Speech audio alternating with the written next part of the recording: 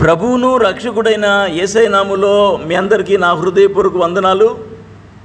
యెరికో ప్రాంతంలో యెరికో గోడలు కూల్చి యెరికో పట్టణాన్ని జయించిన ఇశ్రాయేలు ప్రజలు, రెండవదిగా పక్కనే ఉన్నటువంటి బేతేలు, హాయి అనేటువంటి ఆ పట్టణాల మీదకి యుద్ధానికి వెళ్ళడానికి వేగుల వారిని పంపించాడు యెహోషువ గారు. వేగుల వారు వెళ్ళి అక్కడ ఇన్ఫర్మేషన్ చూసి వాళ్ళు వచ్చి చెప్పినటువంటిది ఏం చెప్పారంటే, అయ్యా, ప్రయాసపడి సైనికులంతా వెళ్ళాల్సిన అవసరం లేదు, అక్కడ కొద్దిమంది ప్రజలే ఉన్నారు, 3000 మందిని పంపిస్తే జయం మందే అన్నట్టుగా ఒక ఇన్ఫర్మేషన్ అయితే చెప్పారు.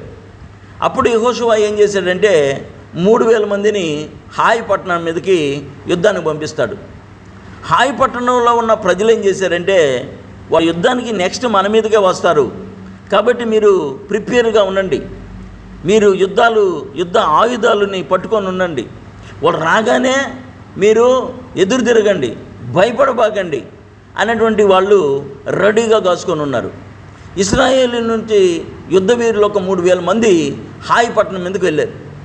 హాయి పట్టణం మీదకు వస్తున్నారు, వీళ్ళు ఎదురు తిరిగి ఇద్దరు యుద్ధం చేసుకున్నారు. అటు హాయి పట్టణస్తులు, ఇటు ఇశ్రాయేలు ప్రజలు యుద్ధం చేశారు. కొద్దిసేపటికి అర్థమైందంటే ఇశ్రాయేలు ప్రజలు హాయి ప్రజలు ఎదుట నిలువలేక పారిపోయినారు. ఈ పారిపోతున్నప్పుడు ఒక్కొక్కరిని పట్టుకొని 36 మందిని వాళ్ళు హతం చేసేసారు. ఇంకా తరిమి కొట్టారు. కాబట్టి ఈ విషయము యెహోషువకి తెలిసింది. యెహోషువకు తెలిసిన వెంటనే అతనేం చేశాడంటే దేవుని మందిరానికి ఇశ్రాయేలీయుల పెద్దలను తీసుకొని వెళ్ళి బూడిద పొయ్యిన పోసుకొని, చొక్కా చింపుకొని, బట్టలు చింపుకొని బోర్ని ఏడుస్తున్నాడు. ఏడ్చేటప్పుడు దేవుడు, యెహోషువ, ఎందుకు ఏడుస్తున్నావు? ఈ ప్రజలలో పాపం చేసిన వాళ్ళు ఉన్నారు, అందుకే నేను మీకు తోడుగా లేను. ఇక్కడ ఒక విషయాన్ని మనం గుర్తుపెట్టుకోవాలి. దేవుని బిడ్డలు జ్ఞానవంతులు, సముయోచితమైన జ్ఞానం కలిగి ప్రవర్తించాల. ఇశ్రాయేలు ప్రజలు ఐగుప్తు దేశం నుండి వస్తుంటారు. వచ్చినప్పుడు మోషే గారు ఎర్ర సముద్రం దగ్గరకు వస్తాడు. చుట్టూ అరణ్యం, అక్కడ చిక్కుకుంటారు. ఆ విషయం తెలుసుకున్నటువంటి ఫరో రాజు తన సైన్యాన్ని వేసుకొని ఆ యొక్క ఎర్ర సముద్రం దగ్గరికి వస్తాడు. ఆ ఎర్ర సముద్రం దగ్గరికి వచ్చినప్పుడు అందరూ కూడా అరుస్తారు, కేకలేస్తారు. ఇంక లేదు, మన బ్రతుకు, మన జీవితం లేదు, ఇంకా చచ్చిపోతామని అరుస్తుంటారు. మోషే గారు కూడా ప్రార్థన చేస్తుంటాడు. అప్పుడు దేవుడు అంటాడు, మోసెస్, సాగిపోండి.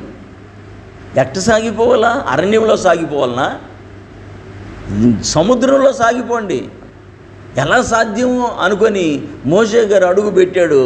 సముద్రం 2 పాయలుగా చీలిపోయింది. ఆరిన నేలలో నడిచిపోయినారు. ఒక టైం పెట్టుకో, ఉదయం నిద్ర లేవగానే కొంచెం ప్రార్థన చేసుకో, కొద్దిగా బైబిల్ చదువుకో. ఎందుకంటే ఉదయాన్నే కాబట్టి కొంచెం టైం ఉండొచ్చు. ఒకవేళ మీకు ఆ టైం కూడా లేకపోతే చిన్న ప్రార్థన చేసుకొని తర్వాత మీ ఆఫీసులకో లేకపోతే మీరు వెళ్తున్నటువంటి పనులకో మీరు వెళ్ళిపోయి అక్కడ బైబిల్ ఎత్తుకొని పోయి లేదా సెల్ ఫోన్లోనైనా వాక్యాన్ని ఒక అధ్యాయం చదువుకోండి. మధ్యాహ్న టైంలో అన్నం టైం అయిన తర్వాత కనీసం ఒక అరగంట అన్న టైం కుదురుతుంది. ఇంట్లో ఉన్న వాళ్ళకైతే చాలా టైం కూడా కుదురుతుంది.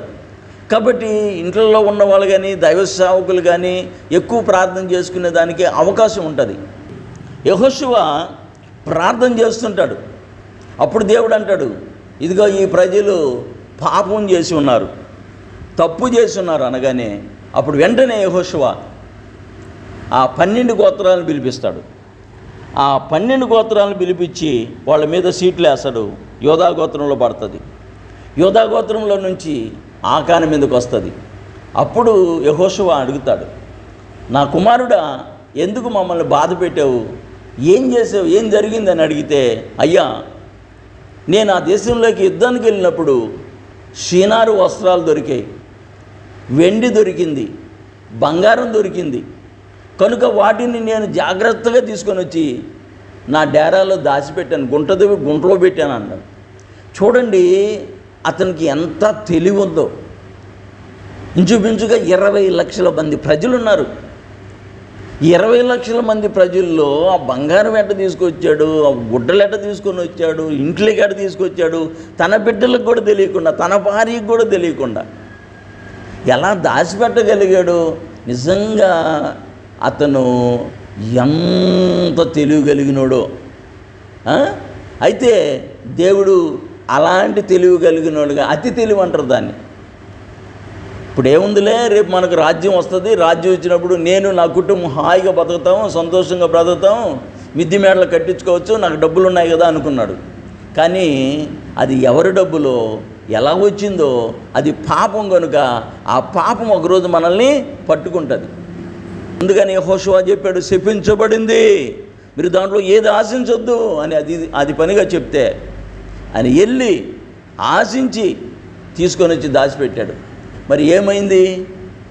అందరు ఇశ్రాయేలు ప్రజలు అందరూ రాళ్ళు తీసుకొని అందరూ ఆ లోయలోకి తీసుకెళ్ళి ఆ లోయలో అందరూ రాళ్ళతో వాళ్ళ బిడ్డల్ని, వాళ్ళ భార్యని, వాళ్ళ కుటుంబాన్ని, వాళ్ళ పశువులు కూడా మొత్తం కూడా వాళ్ళు రాళ్ళతో కొట్టి చంపేశారు. యెహోషువ వాళ్ళు చనిపోయినాడు అని తెలియగానే దేవుని మందిరానికి వెళ్ళి, ప్రభువా, యెహోవా దేవా, మమ్మల్ని ఎందుకు ఇక్కడికి నడిపించావు? మేము యోర్దాను అవతలే ఉండడం మంచిది కదా అని ఒక మాట అంటాడు. యోర్దాను అవతల కావాల్సినంత భూమి ఇప్పటికి కూడా ఉంది, మేము వెళ్ళి చూసాం కదా, కావలసినంత స్థలం ఉంది. మరి అక్కడ వాళ్ళు ఇల్లు కట్టుకొని శుభ్రంగా పొలాలు వేసుకొని ఏ యుద్ధం చేయకుండా ఉండొచ్చు కదా. కానీ దేవుడు కోరుకున్నాడు ఆ స్థలంలోకి రావాలని. క్రైస్తవులు ఎప్పుడూ పోరాటమే, క్రైస్తవులు కుటుంబంలో పోరాటమే, బయట పోరాటమే, ఆత్మీయ పోరాటమే. కాబట్టి ఇశ్రాయేలు ప్రజలు దేవుడు ఆ ప్రాంతానికి, దేవుడు కోరుకున్న ప్రాంతానికి నడిపించాలనుకున్నాడు, నడిపించాడు. కాబట్టి మనము దేవుని వాక్యంలో ఏది కూడా తప్పు పట్టలేము. ఎందుకంటే అది సత్యం. తనకు ఒక న్యాయం కాదు, పక్కల వాళ్ళకి ఒక న్యాయం కాదు, తన ప్రజలకు ఒక న్యాయం కాదు, దేవుని ఎరగని ప్రజలకు ఒక న్యాయం కాదు, అందరికీ ఒకటే న్యాయం చేసే దేవుడే మన ప్రభు అయిన దేవుడు. కాబట్టి ఈ వాక్యం మీ అందరికీ నా హృదయపూర్వక వందనాలు. ఇప్పటి వరకు ఈ ఛానల్ సబ్స్క్రైబ్ చేయకపోతే ఖచ్చితంగా సబ్స్క్రైబ్ చేసుకొని ఒక లైక్ చేయండి, అలాగే గంట సింబల్ నొక్కండి. నేను పెట్టే వీడియో అంతా మీ దగ్గరకు వస్తుంది. దేవునికి మహిమ కలుగును గాక. Praise the lord.